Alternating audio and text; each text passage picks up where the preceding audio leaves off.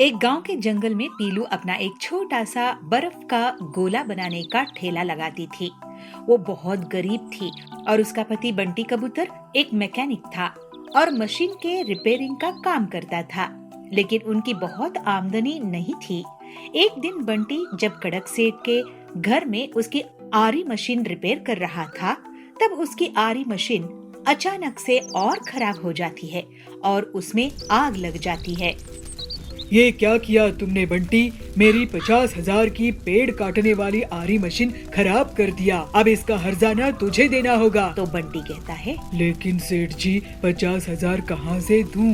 मैं बहुत ही गरीब हूँ। तो कड़क बोलता है, वो मैं नहीं जानता, तू मुझे पैसा लाके दे।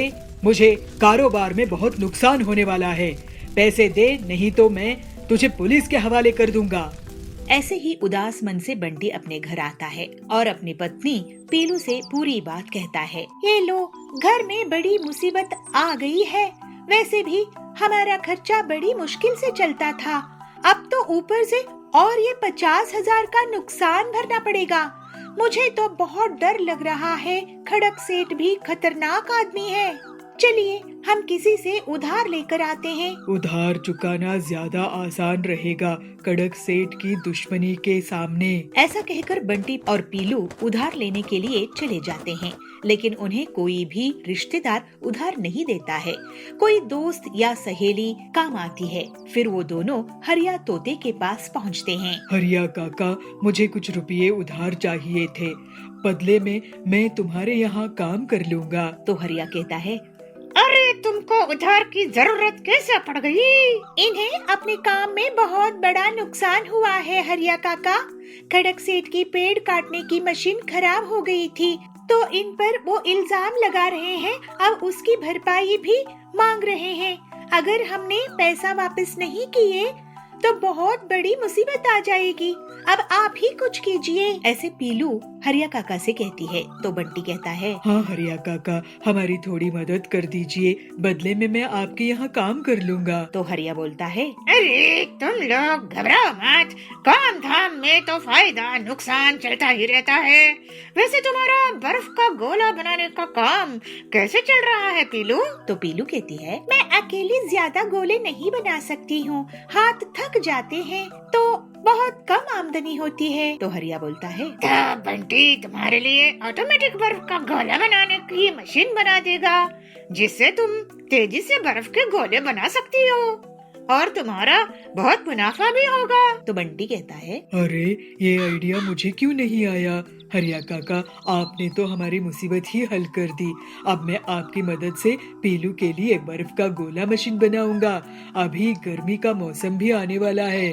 स्कूल की छुट्टी में तो बच्चे बहुत पसंद करेंगे। फिर थोड़े ही दिनों बाद बंटी पीलू के लिए बर्फ का गोला बनाने का मशीन तैयार कर देता है और वो लोग मिलजुल कर बर्फ का गोला और बहुत प्रकार के टेस्टी रंग बिरंगे गोले बनाने लगते हैं। जल्दी ही एक दिन खड़क सेठ उनकी दुकान में आता है। अरे वाह बंटी, तुमने तो ये नायाब मशीन बनाई है। ऐसी मशीन तो मैंने पहले कभी नहीं देखी और तुम्हारे बर्फ के गोले का स्वाद भी अच्छा है। बचपन की याद आ गई। खड़क सेठ जी, आपकी तारीफ का शुक्रिया। अब पीलू इस ऑटोमेटिक मशीन होने के कारण ज्यादा फ्लेवर के रंग बनाने में टाइम लगाती है, ना कि हाथ से गोला बनाने में। तो स्वाद और रंग बहुत अच्छे आते हैं। ये लीजिए सेठ जी, 20,000 रुपए। बाकी हम जल्द ही आपको लौटा देंगे। ऐसे ही दोनों पति पत्नी की दुकान के सामने बहुत से ग्राहकों की भीड़ बढ़ जाती है। अरे बंटी भैया, ये तो गजब की मशीन बनाई है। मुझे इस मशीन का 3 गोले देना, ऑरेंज, काला कट्टा और केसरिया। खड़क सेठ भी तारीफ करके गए हैं। मुझे गोले देना, मैंगो और खास। उनकी दुकान चलती देखकर कालू कौवा बहुत जलने लगता है। पीलू की दुकान के सामने उसकी कोल्ड ड्रिंक्स की दुकान थी।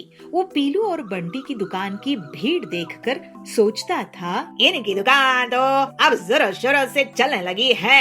मुझे इसकी काट निकालनी पड़ेगी, नहीं तो ये लोग मेरी दुकान बंद करवा देंगे। ये मशीन में चोरी कर लूंगा, उसके बाद ये लोग कड़क सेठ का उधार भी नहीं चुका पाएंगे। फिर तो इन्हें जंगल ही छोड़कर जाना पड़ेगा। कालू उसी रात को पीलू और बंटी के घर जाता है और खिड़की से चुपचाप झांक कर देखता है। बंटी और पीलू आराम से सो रहे थे।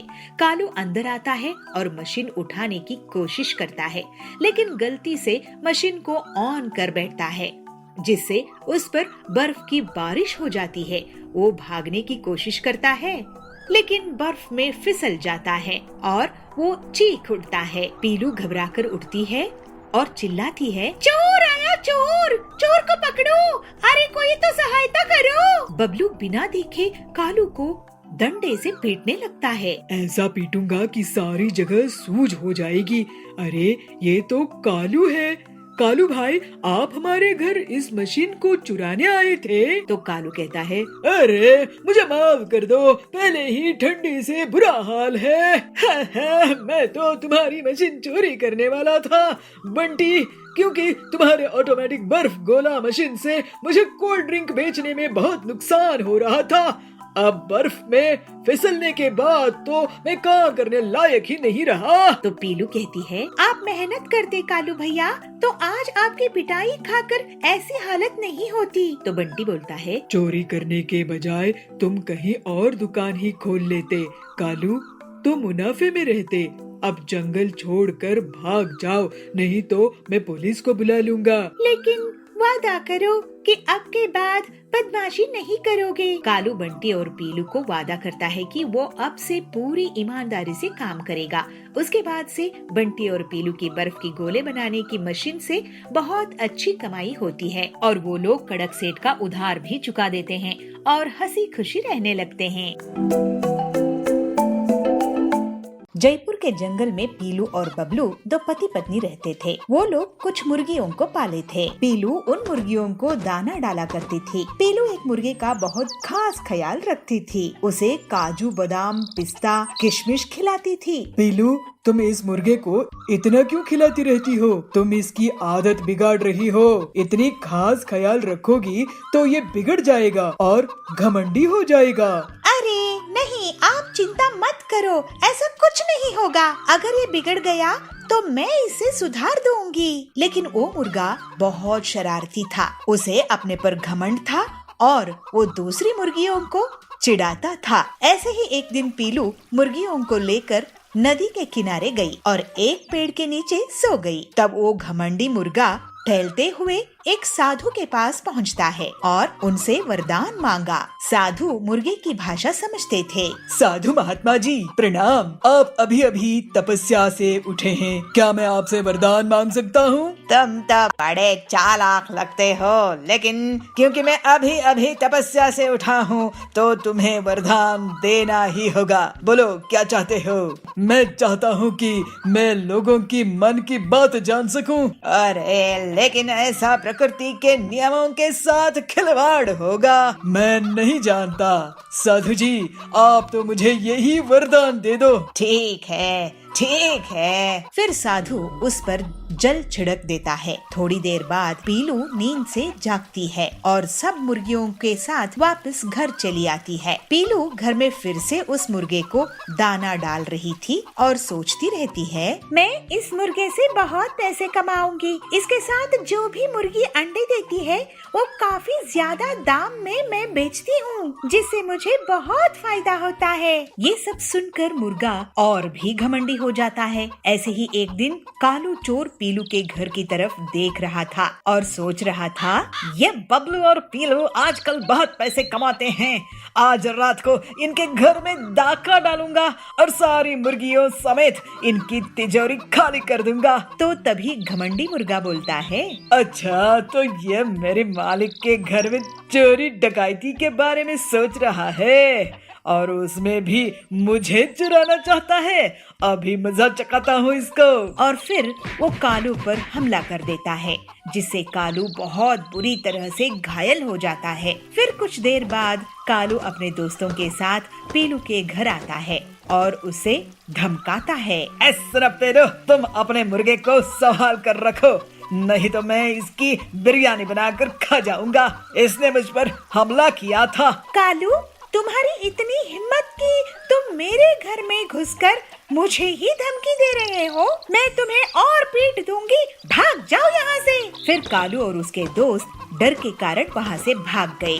एक दिन पीलू की सास सुंदरी उसके घर पहुँची। बहू, क्या कर रही है? आजकल इन मुर्गियों को पाल रही है क्या? अरे जरा मेरा भी ख्याल रखा करो। चलो आज मुझे तुम बिरयानी खिलाओ। हाँ सासू माँ, आप मुझे बताइए कि मैं किस मुर्गी की बिरयानी आपको बनाऊं? सुंदरी सोच में पड़ जाती है। वो एक के बाद एक मुर्गियों को देखती है और आखिर में उस मुर्गे के पास उसकी नजर जाती है और वो सोचती है, ये मुर्गा तगड़ा लग रहा है, इसकी ही बिरयानी खा जाती हूँ। जैसे ही सुंदरी मुर्गे की बिरयानी के बारे में सोचती है, मुर्गा गुस्से में आ जाता है। ये मुझे खाएगी, अभी बताता हूँ। और फिर वो सुंदरी पर हमला कर देता है। ये देखकर पीलू भी गुस्से में आ जाती है और वो मुर्गे से लड़ पड़ती है। लेकिन इसके बाद मुर्गा सास और बहू पर हमला कर देता है। पीलू और सुंदरी घर से भागने लगती है। मुर्गा उनका पीछा करता है। कुछ दूर पर ही साधु वहाँ मिलते हैं। वो देखते हैं कि वो घमंडी मुर्गा दो औरतों के पीछे है, तो वो उसे रोक देते हैं। देखा पीलू चिड़िया, तुमने लालच में इस मुर्गे का खास ख्याल रखी और दूसरी मुर्गियों को कम समझती थी। इस भेदभाव के कारण ये मुर्गा घमंडी और बदमाश हो गया। सबको एक जैसा समझना चाहिए। जी साधु महात्मा, आप ठीक कह रहे हैं, मुझसे गलती हो गई। इस तरह से पीलू अपनी गलती मानती है और आगे से सभी मुर्गियों को एक जैसा दाना पानी देने लगती है। सुंदरनगर के जंगल में पीलू अपने पति बंटी कबूतर के साथ रहती थी। बंटी मजदूर था और पीलू पूरी भाजी का ठेला चलाती थी। वो बहुत गरीब थे, लेकिन देवी दुर्गा के बहुत बड़े भक्त थे। दोनों पति पत्नी जल्दी उठकर देवी की पूजा करते थे। कुछ दिनों में पीलू की दुकान में ग्राहकों की कमी होने लगती है और उसको आखिर दुकान बंद करना पड़ता है। फिर एक दिन बंटी को मजदूरी करते हुए चोट लग जाती है। उसे डॉक्टर ने 5 महीने काम करने से मना कर देते हैं। ये तो बहुत बड़ी मुसीबत है जी, मेरी दुकान भी बंद हो चुकी है और आपका काम भी चला गया है। घर का खर्च भी हम नहीं निकाल पा रहे हैं। मुझे तो बहुत डर लग रहा है, अब किराया कैसे देंगे? पीलू, देवी माँ पर विश्वास रखो, डरो नहीं। मैं भी पैसे जुगाड़ने की कोशिश करूँगा। टिल्लू से कुछ रुपए उधार मांग कर लाता हूँ। नहीं जी, आप ऐसी हालत में बाहर नहीं जाएंगे, हम उधार नहीं लेंगे। दुर्गा माँ सब ठीक कर देगी, वो सब देख रही है। मुझे कुछ और काम देखना चाहिए। इस बात से वो बहुत परेशान हो जाती है और रोते हुए माता के मंदिर जाती है। माँ, ये आप कैसी परीक्षा ले रही है हमारी? आपकी पूजा अर्चना भी नहीं हो पाता है। आपको पूरी खीर तो क्या, एक रोटी का भी भोग नहीं लगा पा रहे हैं हम। माँ, कम से कम इतना तो कर दो, आपकी पूजा ही कर सके। तभी वहाँ देवी दुर्गा प्रकट हो जाती है। बेटी, मैं तेरे सारे दुखों का नाश करने के लिए आई हूँ, तू डर मत। माँ, आप आ गई है तो अब मुझे कोई चिंता नहीं है। तूने मेरी इतनी भक्ति की है कि इतनी मुसीबत में भी तूने मेरा नाम लेना नहीं छोड़ा। अब सुन, मैं तुझे कांच के बर्तन बनाना सिखा दूंगी। तू बंटी के दोस्त टिल्लू से उसकी मशीन बनवा लेना। मेरा आदेश कोई नहीं टाल सकता है। दुर्गा जी पीलू को आशीर्वाद देती है और पीलू के अंदर कांच के बर्तन बनाने की कला आ जाती है। पीलू घर जाती है। सुनिए जी, आज तो हमारा कल्याण हो गया। माता रानी दुर्गा देवी मुझे साक्षात दर्शन दी और उन्होंने, ऐसे कहते हुए पीलू पूरी बात बंटी को बता देती है। फिर दोनों पति पत्नी टिल्लू के पास जाते हैं। पीलू भाभी, बंटी भाई, आप दोनों देवी दुर्गा के बहुत बड़े भक्त हैं। मुझे नहीं पता था कि आप लोग इतनी बड़ी मुसीबत में आ गए हैं। आपके जरिए माता रानी का मुझे आदेश मिला है। मैं आप लोगों का सुरक्षा जरूर करूँगा। अब आप लोग घबराओ नहीं, मैं जरूर मदद करूँगा। मैं कांच के बर्तन बनाने की मशीन आपके लिए बना दूंगा। फिर थोड़े ही दिनों बाद बंटी पीलू के लिए कांच के बर्तन बनाने की मशीन बनाकर तैयार कर देता है और पीलू उसे दुर्गा जी से सीखी हुई कांच से बर्तन बनाने की कला से कांच का एक खूबसूरत कलश बना लेती है। पीलू बंटी उसे देवी का अभिषेक करते हैं और टिल्लू को भी अभिषेक करने देते हैं। पीलू कांच के बर्तन की दुकान खोल लेती है और उसमें एक दिन बबली सेठानी उनकी दुकान में आती है। पीलू, तुमने तो बहुत ही नायाब कांच के बर्तन बनाए हैं। ऐसे सुंदर डिजाइनर बर्तन तो मैंने पहले कभी नहीं देखे। ये तो इंटरनेशनल क्वालिटी के हैं। आपकी तारीफ का शुक्रिया मैडम जी, सब माँ दुर्गा जी का आशीर्वाद है। और फिर वहाँ पर सुंदरी आती है। पीलू, मुझे बबली ने भेजी है।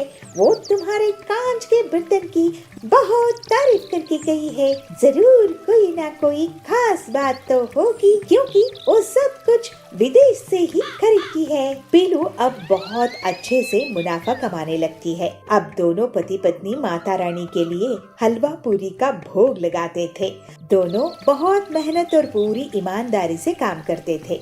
माता रानी की सेवा पूजा करते हुए वो लोग हंसी खुशी रहने लगते हैं।